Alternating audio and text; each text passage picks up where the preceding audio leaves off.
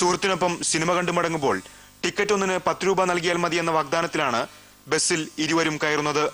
45 മിനിറ്റിലധികം നേരം പെൺകുട്ടിയെ കൂട്ടമാനഭംഗത്തിനും ആക്രമണത്തിനും ഇരയാക്കി പ്രതികളുടെ മദ്യലഹരിയിൽ ബസ് മുന്നേറി.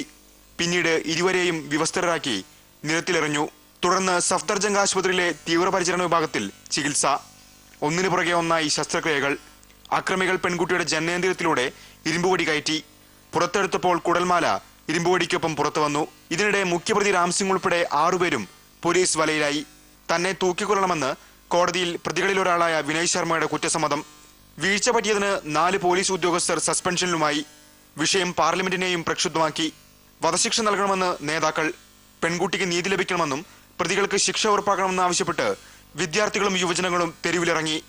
ഇന്ത്യ ഗേറ്റ് കേന്ദ്രീകരിച്ച സമരക്കാർ പോലീസിനെയോ ജലപീരങ്കികളെയോ ഭയക്കാതെ പെൺകുട്ടിക്ക് നീതി തേടി രാഷ്ട്രപതി ഭവൻ വരെ എത്തി. സർക്കാർ ആദ്യമായി കുലുങ്ങി. അതിവേഗ നടപടികൾ. ഫാസ്റ്റ് ട്രാക്ക് കോടതിയിൽ വിചാരണ. ഒടുവിൽ പ്രധാനമന്ത്രിക്ക് തന്നെ രാജ്യത്തെ അഭിസംബോധന ചെയ്യേണ്ടി വന്നു. ഇതിനിടയിൽ 3 തവണ പെൺകുട്ടിയെ ശസ്ത്രക്രിയയ്ക്ക് വിധേയമാക്കി. 11 ദിവസത്തെ സഫ്ദർജംഗിലെ ചികിത്സയ്ക്ക് ശേഷം കഴിഞ്ഞ 26-ന് വിദഗ്ധ ചികിത്സയ്ക്കായി പെൺകുട്ടിയെ സിംഗപ്പൂരിലേക്ക് കൊണ്ടുപോയി. ഇന്നലെ പെൺകുട്ടിയുടെ ആരോഗ്യനില തീർത്തും വഷളായി. തലച്ചോറിന് ക്ഷതമേറ്റിട്ടുണ്ടെന്നും ആന്തരികാവയവങ്ങൾ പ്രവർത്തനരഹിതമാണെന്നും വിദഗ്ധരുടെ സംഘം വ്യക്തമാക്കി. ഒടുവിൽ ഇന്ന് പുലർച്ചെ 2:15-ന് ധീരയായ ആ വനിത രക്തസാക്ഷിത്വം വഹിക്കുമ്പോൾ രാജ്യം മുഴുവൻ അവരുടെ ദുർവിധിയോർത്ത് ലജ്ജിക്കുകയാണ്. India Vision, New Delhi. ഡൽഹി പെൺകുട്ടിയുടെ വേർപാടിൽ മലയാളത്തിന്റെ മനസ്സും ഒപ്പം ചേർന്നു. സംസ്ഥാനമൊട്ടുക്ക് രോഷവും വേദനയും പ്രകടിപ്പിച്ച് പ്രതിഷേധക്കാർ തെരുവിലിറങ്ങി. വിവിധ മഹിളാ യുവജന സംഘടനകൾ പ്രതിഷേധ കൂട്ടായ്മകൾ സംഘടിപ്പിച്ചു.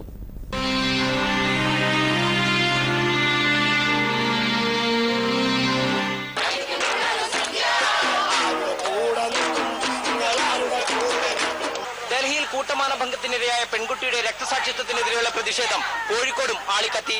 സാധാരണക്കാരും വീട്ടമ്മമാരും ഉൾപ്പെടെയുള്ളവരാണ് പ്രതിഷേധത്തിൽ അണിനിരുന്നത്.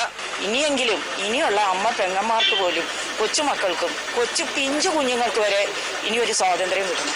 അത് ആരാണോ ചെയ്തതെന്ന് വെച്ചാൽ കുറ്റവാളികൾക്ക് കടുത്ത ഏറ്റവും കൊടുക്കാൻ പറ്റിയ ഏറ്റവും നല്ലൊരു ശിക്ഷ കൊടുക്കുക. ഇനി മേലിൽ ഇത് എല്ലാ ആളുകൾക്കും അതൊരു പാഠമാകത്തക്ക രീതിയിൽ മരിച്ച ഇന്ത്യൻ സമൂഹ മനസാക്ഷിയുടെ നെഞ്ചത്ത് പുഷ്പചക്രം അർപ്പിക്കുകയാണ് തിരുവനന്തപുരത്ത് പ്രതിഷേധക്കാർ ചെയ്തത്. പ്രത്യേകിച്ച് ആരുടെയും ആഹ്വാനമില്ലാതെ പുരുഷന്മാരടക്കം 100 കണക്കിന് ആളുകൾ ഈ പ്രതിഷേധ കൂട്ടായ്മയിൽ അണിചേർന്നു. ഇങ്ങനെയുള്ള ക്രിമിനലുകൾ ഒരു കാലത്തും ജയിലിൽ നിന്ന് പുറത്തു വരരുത്. അവരുടെ ജീവിതം അവിടെ തന്നെ എരിഞ്ഞടങ്ങണം എന്നുള്ളതാണ് ഞാൻ പറയുന്നത്. See, in the civil society, this type of incident has no place. Everybody should condemn this type of incident and the guilty should be punished at the harsh level.